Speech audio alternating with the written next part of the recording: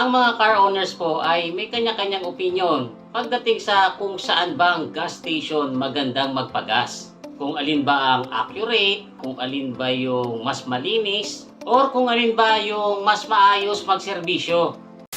May mga mas kampante na doon lang magpagas sa tinatawag na Big 3, yang Petron, Caltex o kaya naman Shell. At kahit na marami silang madadaan ng mga ibang gasolinahan, ay lalampasan nila yan at matyaga silang mag-aantay na makakita nitong Big 3. Kasi daw para mas sigurado. At yun ang nakakapagbigay sa kanila ng peace of mind na yung ikakarga nilang fuel sa sasakyan nila ay malinis at saka accurate ang dami.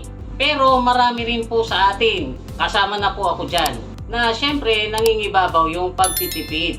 At dahil marami tayong makikitang mga small players na gas station na mas mura ng kuminsan 5 piso kaysa doon sa Big 3, ay dyan tayo nagpapagas. Kasi sa katulad ko na araw-araw gumagamit ng sasakyan, malaking bagay yung maititipid mo per liter.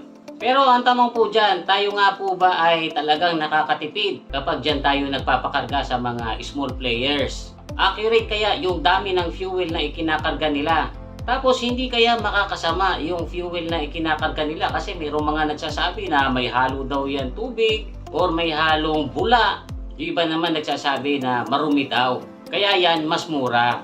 So ngayon po ay sasabihin ko sa inyo kung ano yung na-research ko at saka yung opinion ko bilang isang motorista na nagpapakarga dyan sa mga small players na mas mura kaysa doon sa Big 3. Alam nyo guys, ang presyo po ng gasolina at saka diesel ay hindi po katulad ng presyo ng pamasahe natin sa mga public transport na kapag itinakda ng LTFRB na 13 pesos ang minimum sa jeep, nationwide po yan na 13 pesos ang minimum.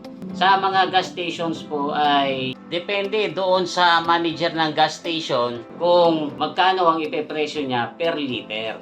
Siyempre, yan naman po ay kinukwenta niya, depende rin sa kung magkano ba ang puhunan nila, kung gaano ba kahigpit ang kompetisyon sa lugar nila, at saka siyempre naandyan din po yung may mga expenses sila, katulad ng electric bill at saka pasahod sa mga tao.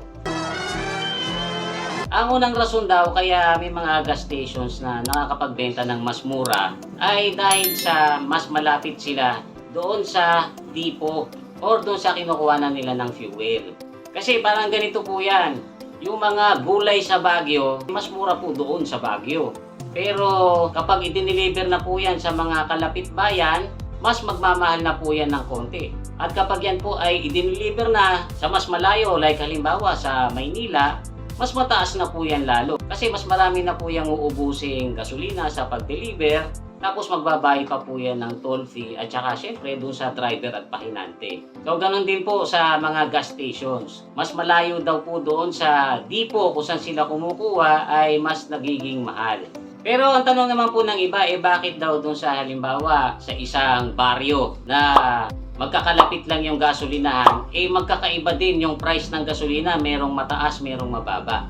Ang dahilan naman po dyan ay dahil sa sila ay magkakakompetensya. Ganun po kasi talaga sa business. Pag marami kayong magkakakompetensya, nagkakaroon ng price war. So halimbawa, small player ka lang, tapos ang kalaban mo ay Petron, Shell o kaya Caltex. Siyempre yung mga tao, mas bibili doon sa mas kilala. Lalo kung ang price mo per liter ay katulad lang din ng price nila.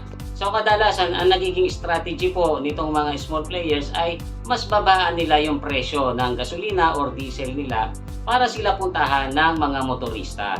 Yan pong kompetensya ng mga gas stations ay pabor sa ating mga motorista. Mas maraming gas station sa isang lugar, mas marami silang nagpapababaan ng presyo na tayo ang nakikinabang. Tapos meron din po mga gas stations na kaya afford nila na mas mababa ang benta nila ay dahil sa mas maliit ang expenses nila. Mas kaunti ang crew, mas kaunti yung pump, kaya mas konti po yung pinapasahod nila, mas konti rin yung mga pump na mini-maintain nila. Di tulad ng mga malalaking gas stations na napakaraming pump at bawat pump ay mayroong mga nakatambay na pump attendant.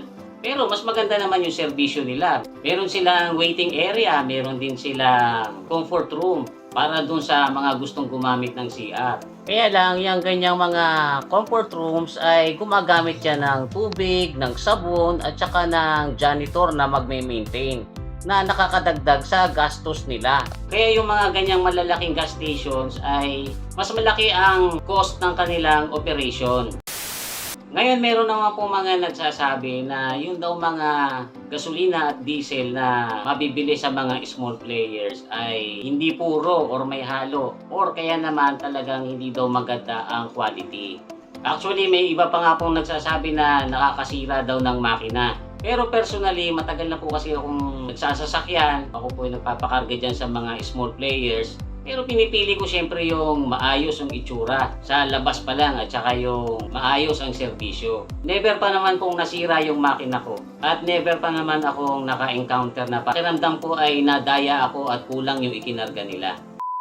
Ayon po sa experts na mga engineer sa American Automobile Association, cheap gas will not be a problem to your car. Lalo na daw sa mga modern cars. Karamihan daw po kasi ng mga modern cars ay equipped ng computer or ng ECU na merong knock sensor.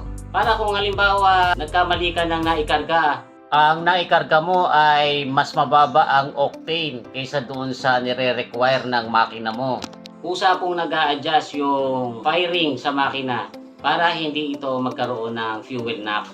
Tapos dito po sa atin sa Pilipinas, tinatrabaho po ng Department of Energy na inspeksyonin yung quality ng mga gasolina at saka diesel na ibinebenta sa publiko. Sinisigurado po nila na sapat yung octane na nakahalo doon sa mga gasolina. At sa diesel naman ay sinisigurado nilang sapat yung setting na nakahalo dyan. Inoobliga din nila na lahat ng mga gasolina at diesel na ibinebenta dito sa Pilipinas ay may halong cleaner.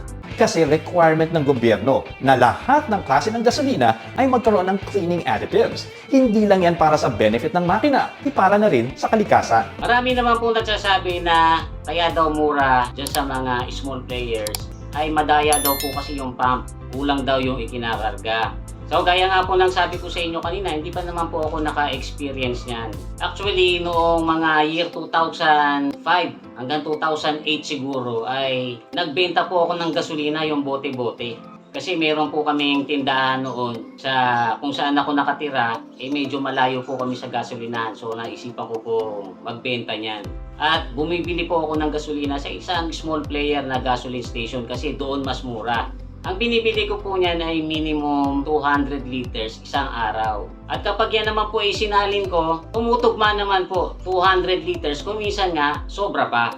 Alam nyo kasi guys, noong 2004, ay may inisyu na memorandum ang DILG na nagmamandate sa ating mga local government na regularly ay bisitahin at inspeksyonin yung mga pump sa mga gas stations na nasasakupan nila. Noong February 2022, nanawagan po ang nooy senatorial aspirant na si Jinggoy Estrada sa mga LGU na mas maging mahigpit sa pag-iinspeksyon at pagkakalibrate sa mga pump ng gas stations na nasasakupan nila. Yan daw po ay para maiwasan yung pandaraya. Dapat daw ipasara at ipahuli yung mga mapapatunayang mga nandadaya. Dapat din daw ay ginagawa tong inspection every month, tapos unannounced. Dito po sa amin sa may bandang May Kawayan at saka Valenzuela, napapansin ko po yan doon sa sticker na inilalagay ng munisipyo sa mga pump na at least every 3 months ay nag-i-inspect sila na nagpapatunay na maayos ang pagkakakalibrate doon sa pump. Kaya kahit papaano ay panatag po ang loob ko na hindi ako nadadaya kapag dyan po ako nagpapakarga. So guys, gaya naman ng sabi ko kanina, ito po ay base lang po sa experience ko at saka doon sa mga ni-research ko. Pero syempre, katulad nga po ng madalas kong sinasabi, your car, your rules. Kung saan ka mas kampante na gas station magpakarga, ay doon ka magpagas. Kasi yung peace of mind ay wala po yung kapantay na presyo. So guys, I hope na na-enjoy nyo itong konting kwentuhan natin. Kung meron po akong mga nakalimutan sabihin or meron kayong gustong idagdag, ay paki-comment nyo lang po sa ating comment section. Huwag nyo lang pong kakalimutan mag-like at saka mag-share para patuloy na umunlad itong channel natin. At doon naman po sa mga hindi pa nakasubscribe or nakafollow, pakipindot nyo na po yan, subscribe button sa YouTube at follow button naman sa Facebook.